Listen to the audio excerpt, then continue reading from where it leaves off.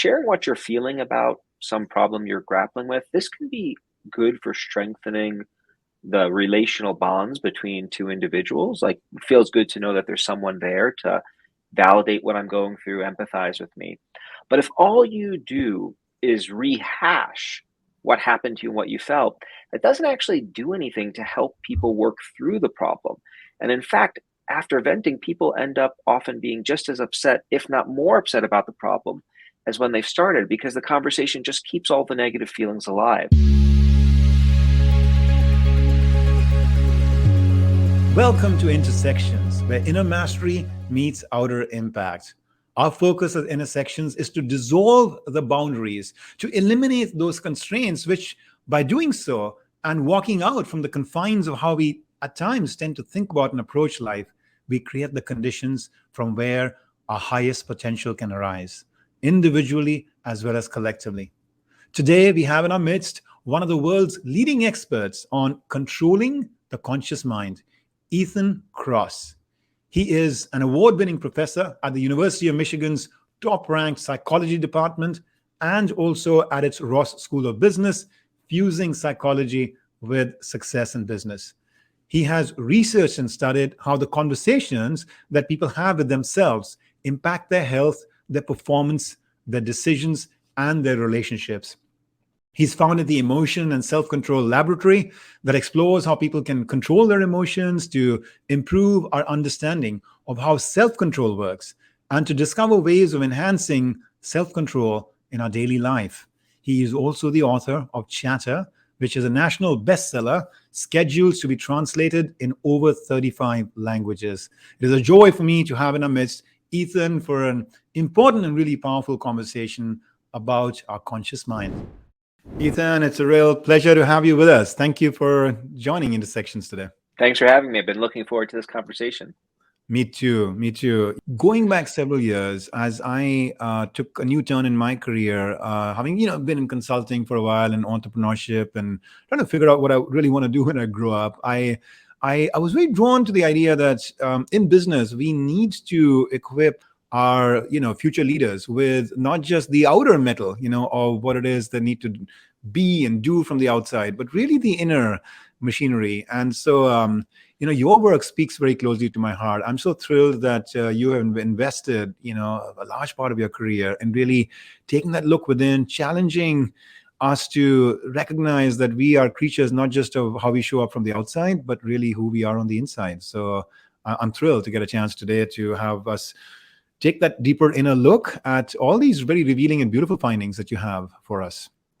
Yeah, I think we're certainly compatible in this interest. I think what we're talking about here is self-leadership. It's the ability to steer ourselves, and I think that regardless of whether you're talking about someone working in an organizational context or a relational one, it is this ability to manage our emotions, to manage our mind, which is so pivotal to being successful and happy and productive. And it turns out there's a lot of science that weighs into how we can do this well. And so I'm eager to chat with you about it. Yeah. I want to draw a point of connection between your work and just my growing up years. So I grew up in India, and one of India's beloved epics is this book called the Gita, which is this advice that was given at this field of war by this illuminated saint Krishna to this warrior, Arjuna. And, for the most part, generally in the study of epics in India, it is viewed as an outer kind of, story of a battle that occurred between, if you want to call it, the bad guys and the good guys. A really powerful spiritual commentary on this book that I read, which was very informative and insightful for me, was one which said, that actually is really a metaphor. That book, that epic is really a metaphor for the inner warfare that is happening in each of us between the good guys and the bad guys, those thoughts and impulses that carry us more towards the dark side or the side of light. And when I read your book, Chatter, right, this is the book, friends, that we are talking about today in particular, as a very beautiful codification of Ethan's work. When I read that book, it takes me back to that idea that, oh boy, this inner chatter, this inner voice, it can both really harm us, but it can also really, really help us if we learn to do the right things with it. Yeah, I think these are age-old questions that we've been struggling with since really the dawn of civilization as we know it. Um, a couple of months ago, I came across this wonderful article that was describing this new discovery in ancient Persia, I believe, of these ancient clay tablets, which, if I'm remembering correctly, are the first written documents that we now have on record. And what was interesting is when the scientists translated these documents, these tablets, one of the things that people were talking about were problems of managing emotions, right? So in the first written records that we have of people, we see these struggles of emotion regulation. We see this appearing through Eastern texts like Bhagavad Gita. We see it in the Bible, and we continue to struggle with it today. So I think this is one of the big challenges that we face. And if you go back in time and you looked at how far we've come in terms of the solutions that we have come up with for helping people manage our emotions more effectively, or this inner life, we've really come a far way. Here's a little bit of trivia that I find just so interesting. The first surgical procedure that we know of was a technique called trepanation, which involved using a stone drill to bore holes in the skull. One of the uses of this first surgical technique on record was to help people manage their emotions, right? So if someone was really dysregulated, you just dig some, drill some holes to let out the evil spirits. Fast forward to the more recent times, it wasn't long ago that we were sticking ice picks behind people's eyes to poke holes in their brain in the form of a lobotomy to help people manage their emotions. I don't endorse any of those things as tools that in chatter that we would give to help people right now.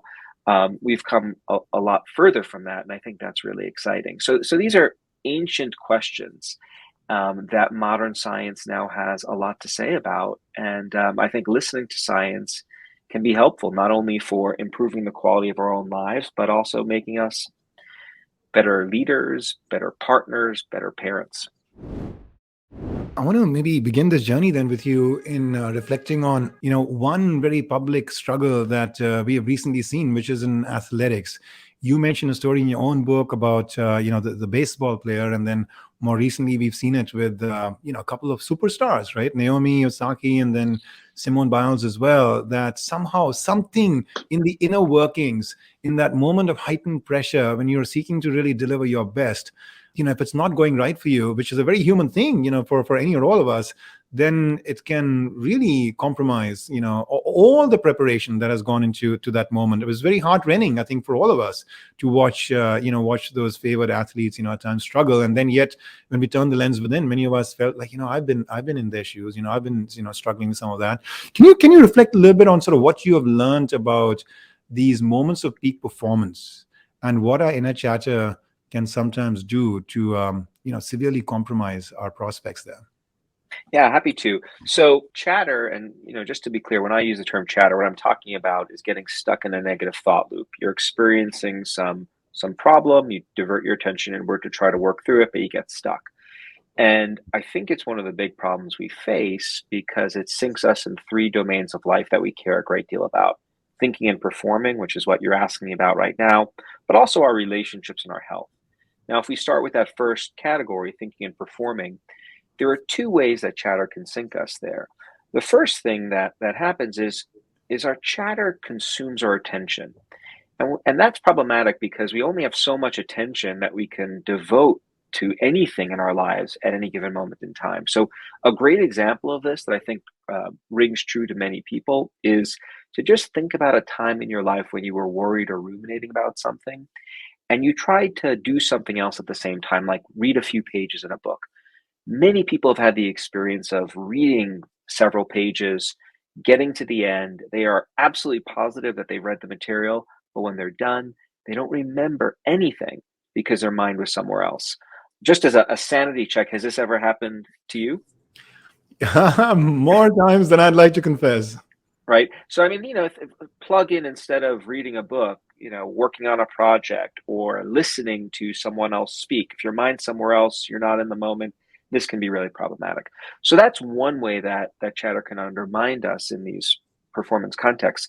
Another thing that it can do is it can take our habits, complex behaviors that we've learned to execute without thinking, that are central to our success, and it can function to dismantle those habits precisely when we need to rely on them. And so this is what we see happening often with people working in performance contexts like Osaka, or probably most famously in recent times, Simone Biles dropping out of the Olympics because of what she called the twisties, which is another term for chatter.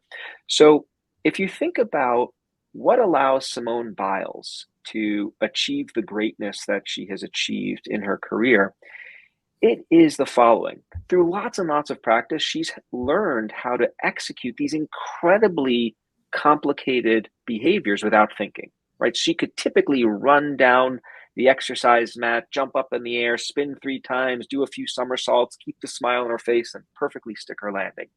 Now, she does that without thinking. As she's executing that behavior, she's not thinking very hard. Well, first I need to do this, then I need to do that. It's all automatized as a function of all of the practice she has put into that task. What chatter does is it undoes that automatic behavior, because we start hyper-focusing on the individual elements of what we're trying to do. So as she's running, she's now beginning to think, am I running fast enough? When she jumps in the air, she's thinking, did I get enough height? And once you start scrutinizing on the individual elements of the behavior, research shows that the whole performance unravels. This is not something that is exclusive to athletics, though we see it happening across different fields of athletics, from golfers to baseball players to basketball players and so forth. But I think it is also quite relevant to many of the complex behaviors that all of us engage in our respective fields. For example, I do a lot of public speaking. And through doing hundreds and hundreds of presentations, I've learned how to do certain things, like use my hands in particular ways, or smile, pace the room. If I stop in the middle of a presentation, I start thinking about, am I walking enough? Am I smiling enough? That takes my attention off executing the task as I normally would, and my performance suffers as a result. So that's the way that chatter can dismantle performance and thinking in performance context in ways that can be really destructive.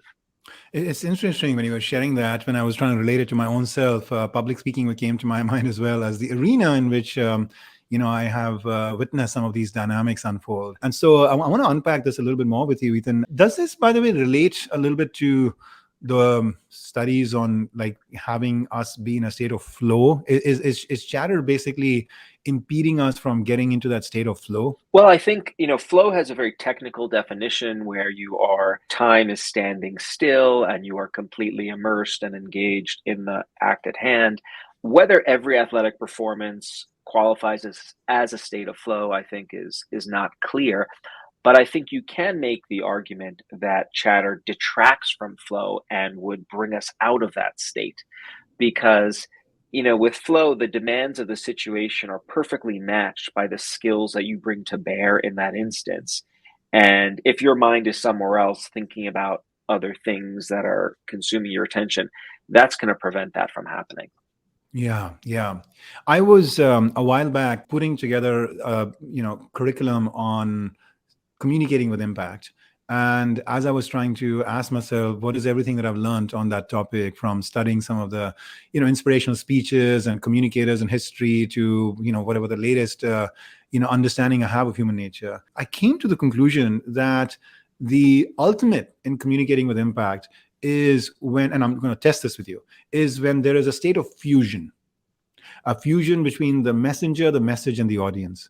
And it's almost like this, it's just one, it's just Absolutely. one. Couldn't agree more. Yeah. Cool. And so as you were describing the impediments that chatter starts to bring into play for, people in those high performance moments, it appears to me that what happens is that it starts to break down the fusion. And I find that very fascinating, because what I was aware of a little bit in this kind of research on choking, for instance, is the idea that if you have a lot of worrisome thoughts that are coming to you, that are making you feel extremely just fearful and worried about sort of how you're not performing well, etc., that you want to hold back on that and make sure that you can keep your cognitive machinery free to just engage in performance.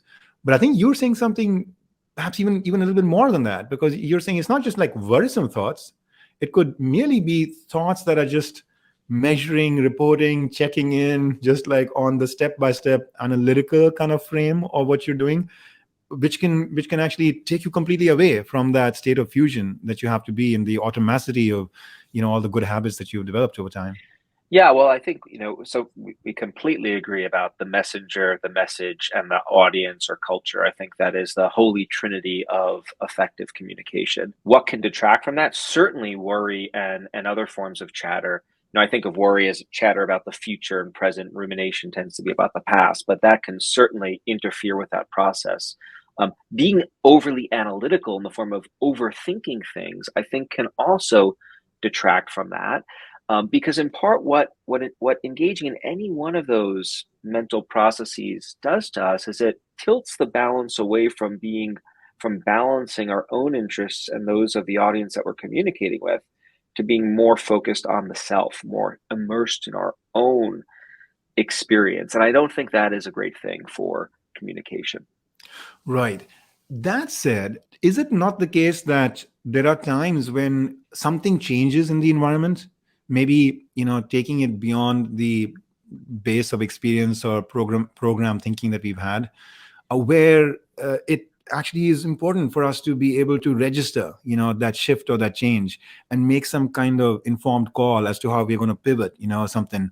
What do you think about like needing to balance that with, on the other hand, being able to play out the right script in your mind?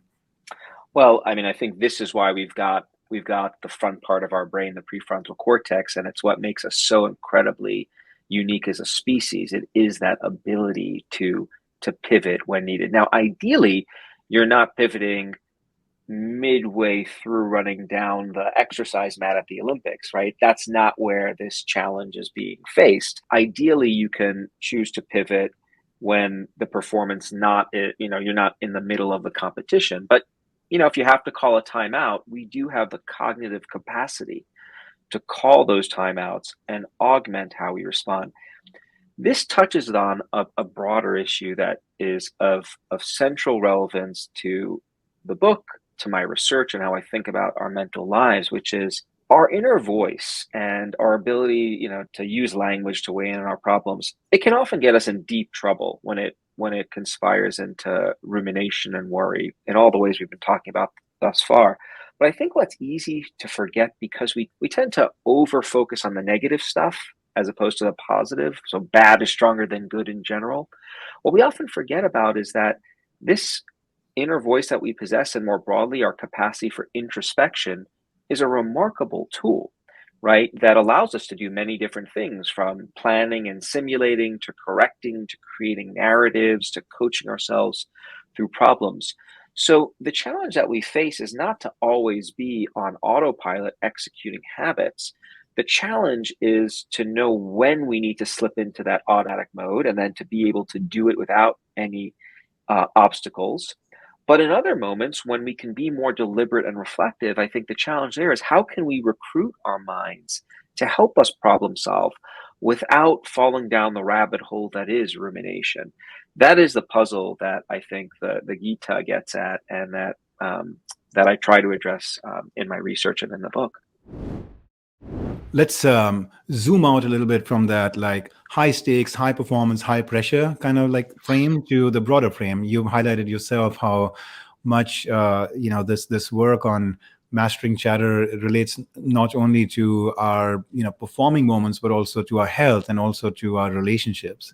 I was very struck in reading the book about how you highlighted that a number of studies have shown that sometimes we hurt relationships that we are in when we tend to start to outwardly express that chatter to a loved one, to someone where we hope to get understanding from, which is perhaps quite counterintuitive to those of us who have sought solace at times in those kinds of forums, with those kinds of people who we trust will listen and understand and empathize with us. Yeah, it's a very tricky finding. Not a tricky finding, it's a tricky phenomenon in the sense that what we've seen is that we know from lots of research that when people experience chatter, and this is true cross culturally and cross gender, contrary to stereotypes, people often want to share it with other people. They want to talk about it. There are a couple of exceptions to this rule. People tend not to want to talk about experiences involving shame and certain forms of trauma. But for all the other muck that we experience, we typically want to get it out. And talking about what's bugging us can be a very effective tool if you do it the right way with the right people. And maybe we'll get into that in a little bit. But it can also be problematic because one thing that happens is oftentimes we find people to talk to about our chatter, and then we start talking, and then we keep on talking about it over and over and over again. And this can have the counterproductive consequence of pushing away people who genuinely care about us because there's only so much they can listen to before we ourselves start to bring them down. Particularly if we just keep on harping over the same things over and over, we begin to sound like a broken record, and that can be frustrating for others. So that's one way that this experience of chatter can create friction in our relationships with others. The other way it can do so is by leading to something that we call displaced emotion, which I think we see playing out nowadays at the societal level due to the collective chatter we're experiencing due to the pandemic and the political and social turmoil that is permeating this world. So, what displaced emotion or displaced chatter, what that term refers to is the following very common experience of you're frustrated and you then take your frustration out on an innocent party. So, the real world example for me here is I've had a chatter filled day at work. I come home, I'm doing some emails on the computer in my office at home. My daughter comes in, she wants to talk to me about her day. Daddy, can I tell you about what happened? Hold on, I need to finish the email. Daddy, I just told you I need to finish the email. Now I've lost it. So she really hasn't done anything to provoke me terribly. But what I'm doing is I'm taking out my frustrations on this other party. And I think this phenomenon plays out in the context of road rage, increased violence that we now see. So those are two ways that chatter can have striking negative interpersonal or relational outcomes, which further highlights precisely why figuring out how to manage that mental state is so incredibly important. Yeah, thank you for sharing that. I want to maybe build on that by flipping the perspective into the following, right? Like so far in what you just shared, there's a cautionary tale here for how we cope, with our own chatter and our own emotions and recruit others to help support us, in that regard. Now we can also think about it from the other vantage point of when we are being recruited by others to want to be of some support to them, and what's the best kind of way that we can show up there and kind of serve them in a positive way. And there's a couple of really powerful prescriptions you're making in the book. It made me relate back to over the last 2 years there were these moments of crisis that were hitting different countries at different points as the virus was ravaging at times certain societies, right, based on where it was peaking in that moment and what kind of pressure it was putting on the healthcare system and how many people were ending up in hospital and stuff like that. And having been a resident of two parts of the world, India and the United States, I was seeing close at hand, if not directly physically, at least through the connections I have in both those parts of the world, the story playing out sometimes in the United States, sometimes in India. And one of the things I was noticing with leaders, including those that some of them that we train and support at the Mentora Institute, is that the instinct, was this very, if you want to call it, parental kind of instinct of wanting to just kind of be there, to help honor the pain that people are going through and to empathize with what it is that in that moment people are experiencing. And so there are a lot of initiatives around organizations creating these kind of sharing sessions where people come in just to share, like can you believe what I've been going through? Like, you have no idea. And let me be authentic and honest and direct with you. But it was always something that was making me a little bit uncomfortable, that unless you actually guide and train managers in how to actually create the space for those sessions and make people come out of them with some amount of redemptive growth or strength or courage or something, that just having them have a forum in which to share, well, it wasn't clear to me that was actually going to get them to the right place. And I think like what I noticed in your book was that you scientifically validate that fear or that concern, that empathetic leadership isn't merely about just creating a space for people just to kind of vent or share their pain. But then the other is you give a couple of very good prescriptions of what is it that we can do if you're on the other side to actually help people get to a better place. Could you Yeah. talk a little bit about that? Yeah, I'm happy to. I think this is one really important issue because there is this very common assumption that our culture really promotes, which is that when we're experiencing chatter, what we should do is we should find someone to talk about it, just express our feelings, vent. And there's been a lot of research on the consequences of venting.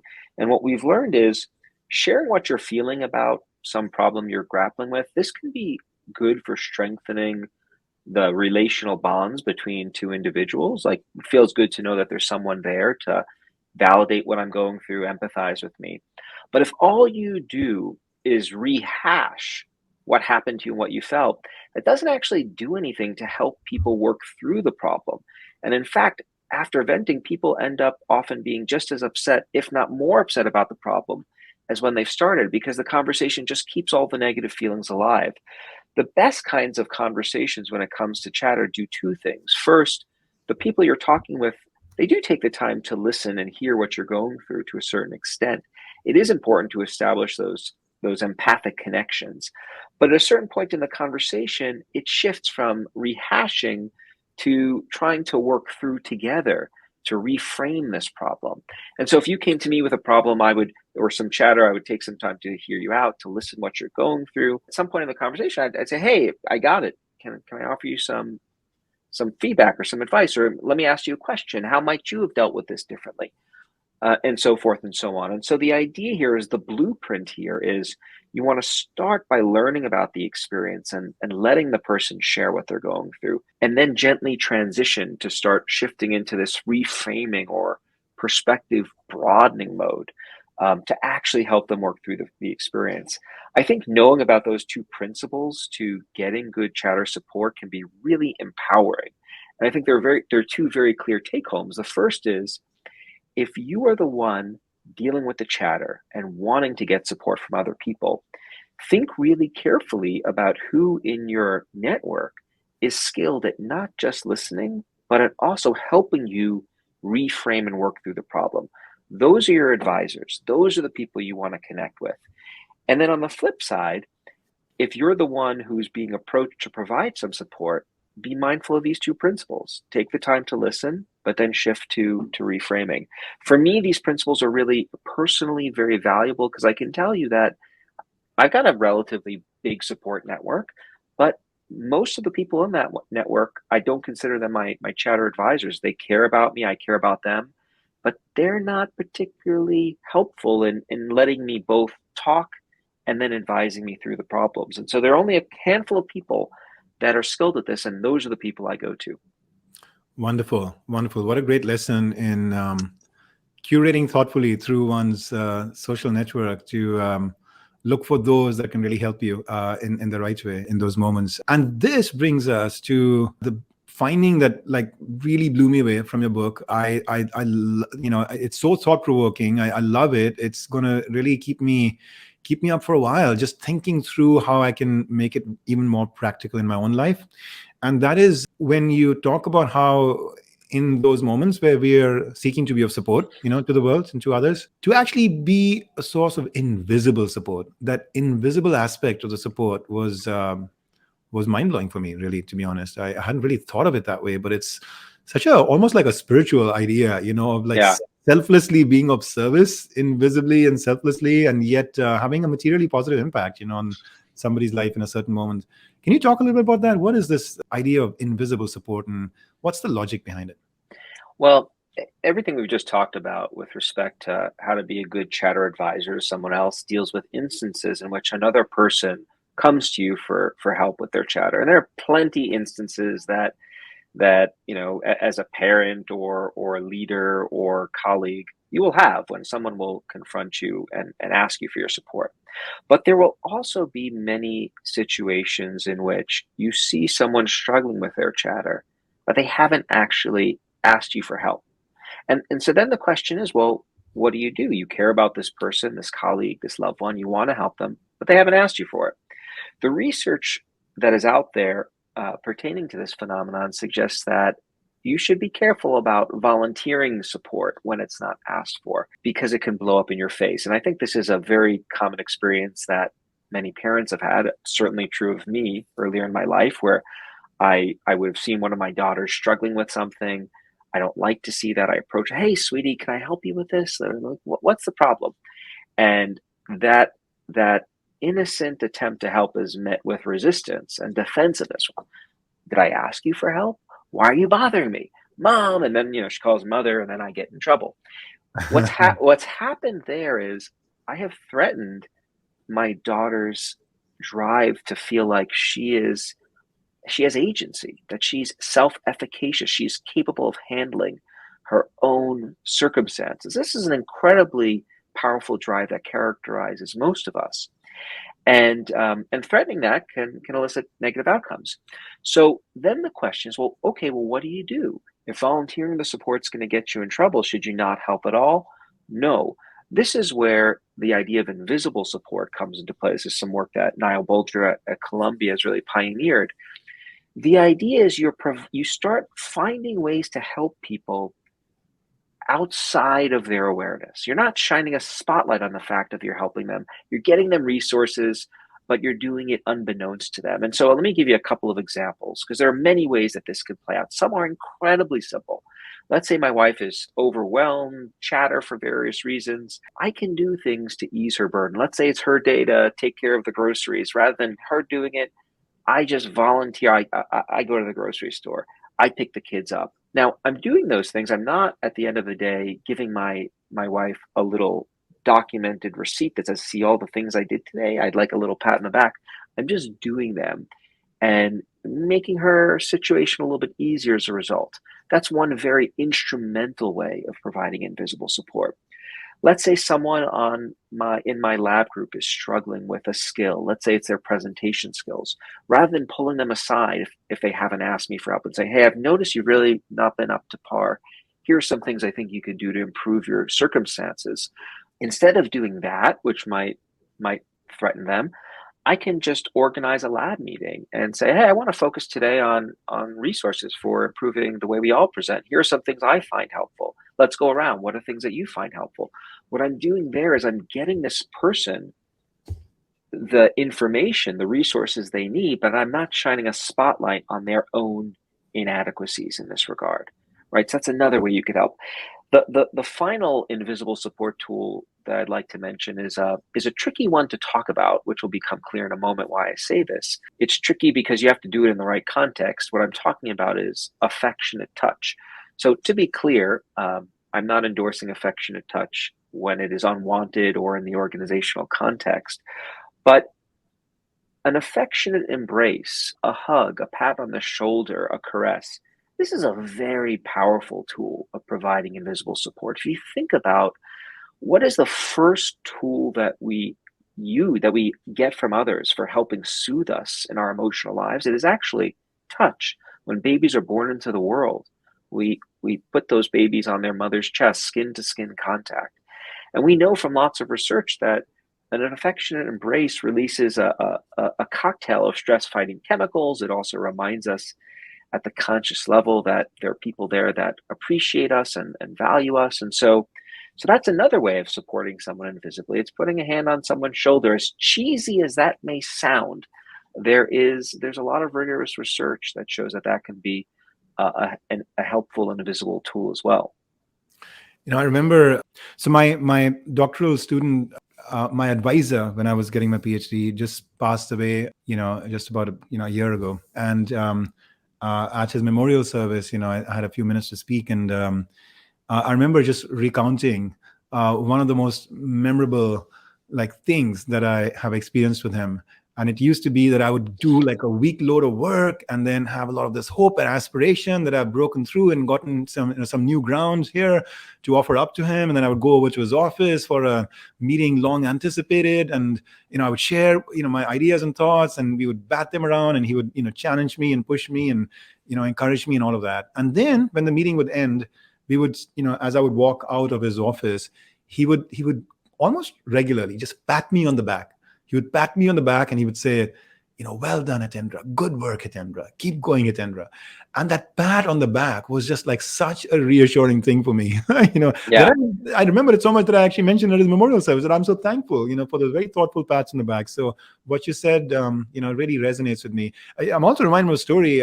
So Gandhi, once was observing that his nephew was really struggling to differentiate between the R sound and the L sound. And and so rather than correct him, what he ends up doing is gathering together all these kind of young children who were there. He said, young children, come here, we'll play a little bit together.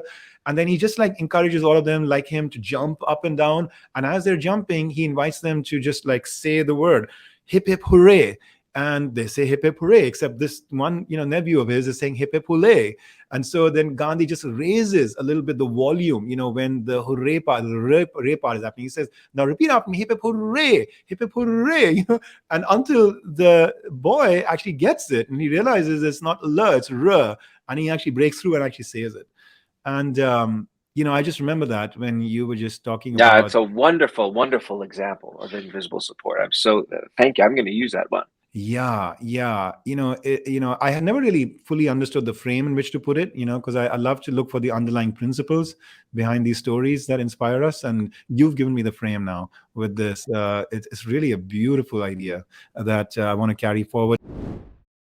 I also want to kind of, in the few minutes we have left, highlight a couple of other, components of what what we have in chatter. And really for those of us who are, quite, keen and invested in wanting to take a deep and fuller look at your inner life and take it to a place of greater, polish and impact. I really encourage you to read Chatter. I love the fact that close to the end of the book, in addition to the conclusions chapter, you have a chapter called The Tools, which was a great reference manual, because within it you've got a collection of really practical and powerful behaviors that any or all of us can cultivate, as a codification of all the things that you're sharing in more stories and science form through the book. So thank you for that. And the part that I wanted to maybe ask you to highlight is, well, let me just put it this way: like, what's your favorite tool? You've done so much seminal work in this yourself, and there are some great stories there about how some of that work got really informed and inspired by stumbles you had in your own life of how to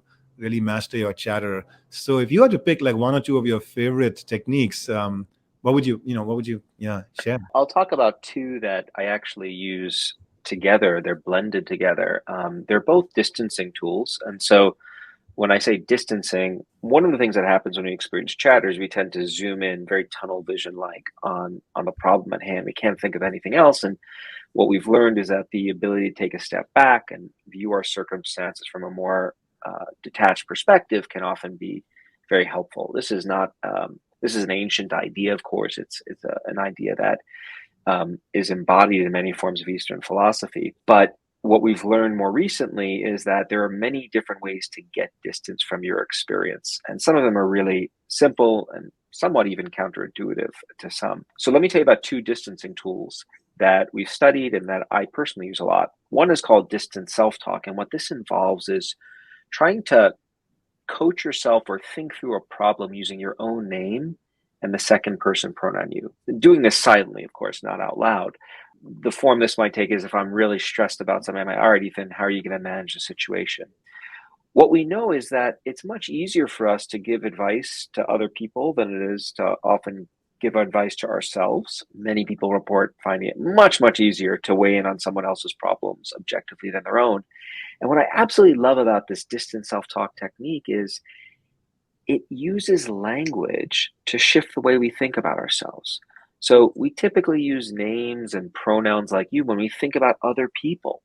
And so the link between using a name and a pronoun and thinking about someone else in our mind is so incredibly tight that when we use those parts of speech to think about ourselves, it gets us to relate to ourselves like we were relating to someone else. And that makes it much, much easier for us to work through our problems in a more wise and deliberate manner. So the moment I detect some chatter beginning to brew, I instantly use this technique.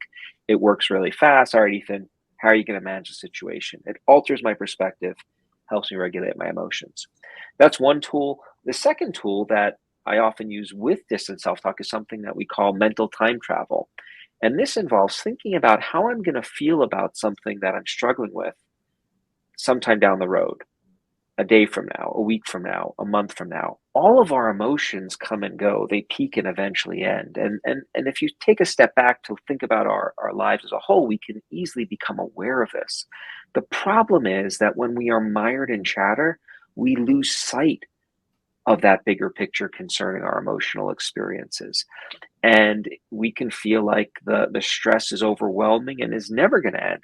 So simply reminding oneself that, hey, a week from now, you're probably not going to be as worried about this as you are right now. Or maybe it's a year from now. That does something really powerful for a mind that is consumed with chatter. It gives it hope.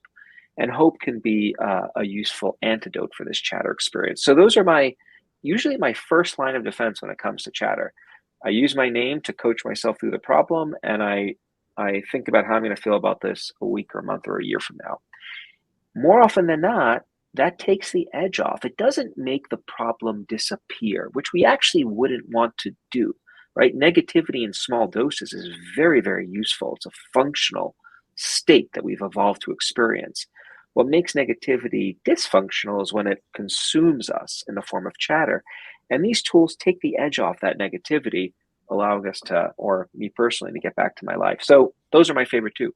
I'm glad you mentioned those because they struck a strong chord with me as well. And I would have wanted to draw out at least one, if not both of those, if you hadn't mentioned these as your favorite. So we're coinciding here on tools that I resonate with as well. I think the one thing I find very powerful in this way of stepping back and talking, in that way with that language, about hey Ethan, like what are you going to do about this and what are you thinking about it? Or in my case, hey Hitendra, it kind of like is similar to something I found very helpful, and I'm curious, what you think of this visualization, which is to really take to heart this Shakespearean kind of idea that all of life is a stage, and each of us has a role to play, and to think of like Hitendra as the identity of this human being in this body at this moment in time, playing a certain set of roles, as a professor, as a father, as a this or that, right?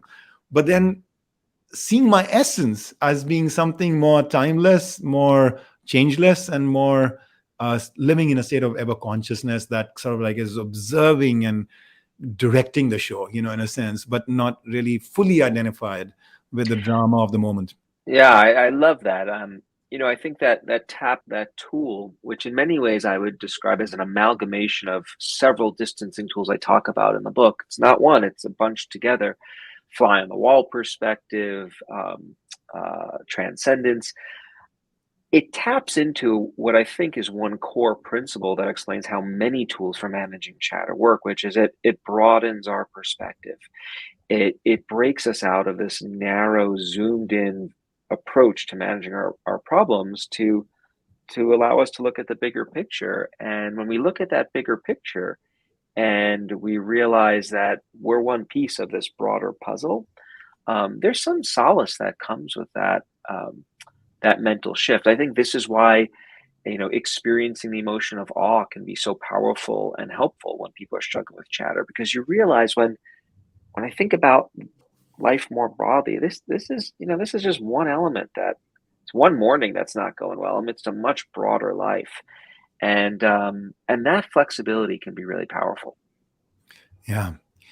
We are going to be out of time soon. I want to highlight that you've done a great job in your book of connecting the dots between the real lived experiences of people in the world and these insights and principles that are emerging, from the science and from your work. And I love some of the observations you've had, very subtly captured around Malala and how she has faced, a certain moment, and pretty much applied some of the technology that you offered us, LeBron James as well, and so many stories from your own career and life as well. So kudos on all of that, and maybe in these last few minutes, Ethan, it'll be great to just like move a little bit into your personal journey, and I would be curious, what is it that has across the rich landscape of professions that you could have been part of, made you move into psychology.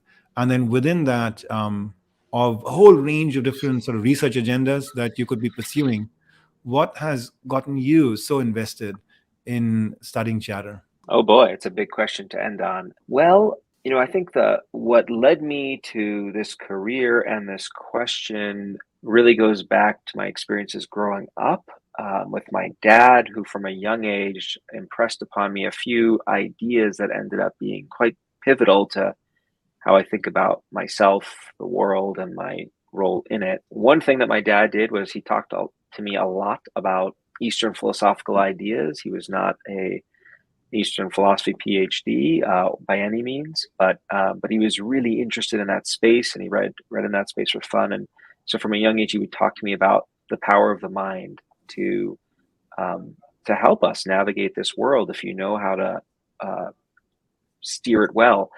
And that was a teaching that I always valued and benefited from growing up. And then I got to college, took my first psychology class, and learned that the ability to skillfully use introspection to manage oneself was indeed a real asset for many people, but it could also be a tremendous liability. And so that just perplexed me. We've got this tool that is introspection. Sometimes it helps us, other times it harms us in the most devastating ways. Why does that happen?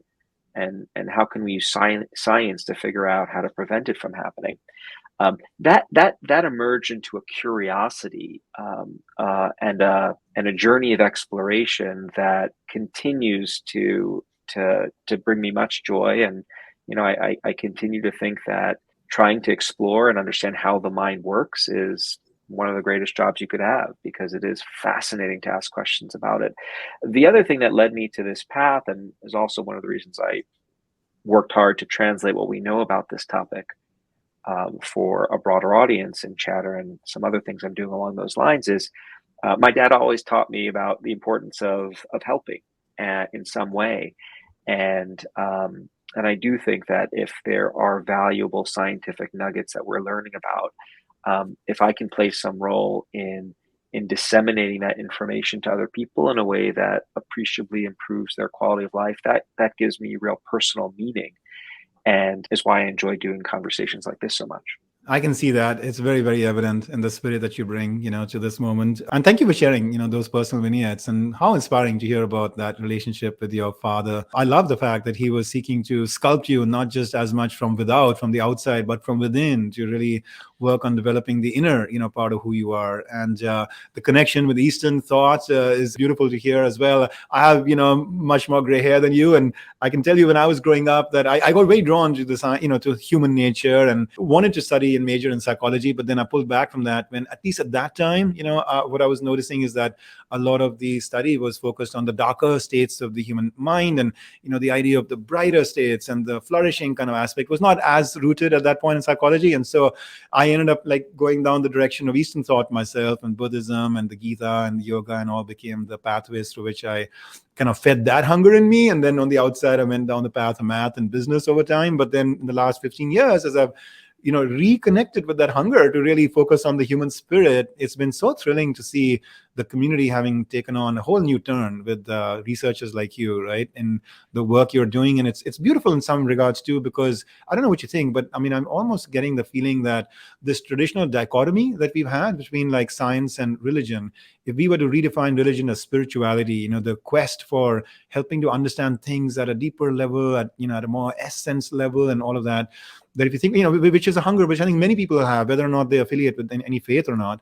But it seems to me like science and spirituality are starting to come together a lot more than Oh, I couldn't agree more. In fact, one of my favorite chapters in the book dealt with rituals and the role that rituals play as a tool to manage chatter that spiritual and religious traditions have given us and relied on throughout centuries. And so I think for much longer than science has been working to help us solve our problems, it has been religion and spirituality that has been doing so.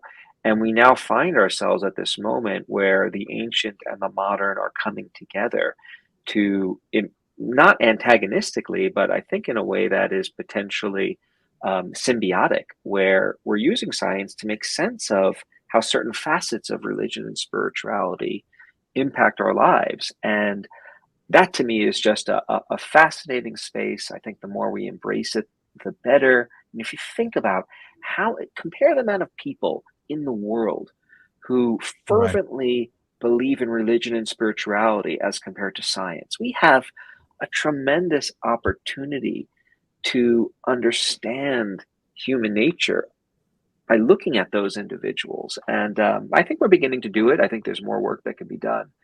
And it's a a really fun journey to be on. Yeah, I'm so happy to hear that. I'm so happy to hear that. Kudos, Ethan, for bringing that kind of a sensibility to modern science. And to close us out, what's your big dream in life today? You have, blazed a beautiful trail. You have accomplished much. You should be proud about the authorship of this, this beautiful book. As you look forward, though, what's your big dream? Well, big dream would be, here's what I think would be phenomenal from a both a scientific and also a helping society point of view. I would love for us to one day be in a position where we can actually prescribe individualized plans for helping people manage chatter. So the note I end the book on, and this is where I think the research stands, is we've done a great job at identifying individual tools that work for people. And we've profiled very carefully how those tools work in terms of their underlying mechanisms and so forth. But what we haven't really done as a field is we haven't looked at how do people use different combinations of tools in different situations, and how does that differ depending on who the person is and what culture they come from. And I think we have the resources to start addressing those tools. I can't, despite very much wanting to, I can't prescribe, 7 tools to you, but 3 to my wife, depending on the problem you're dealing with. But I would love to see us develop that kind of rich contextual understanding of how people experience problems in their lives and how we can help them. And so we're doing research on that topic right now, and hopefully we'll have something to say in a few years. I love that. I love that.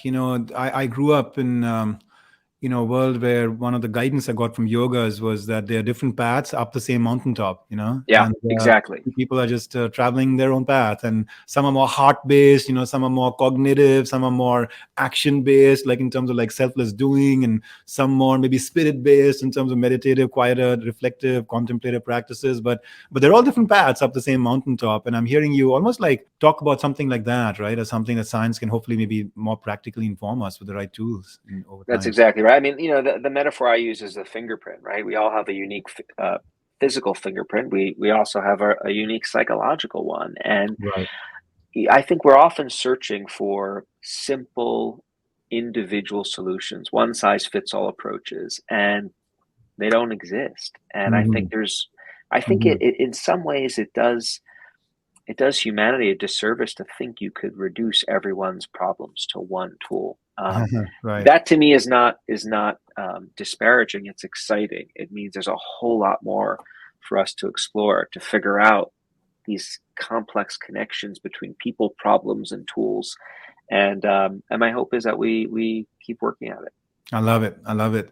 I wish you well on that journey, Ethan. It's a beautiful dream for you to put forth, both for yourself, but really for the scientific community and the consuming public on the other side. Thank you so much for joining us today. I look forward to seeing the arc of your work as it unfolds next, and to having you back at Intersections sometime in the very imminent future.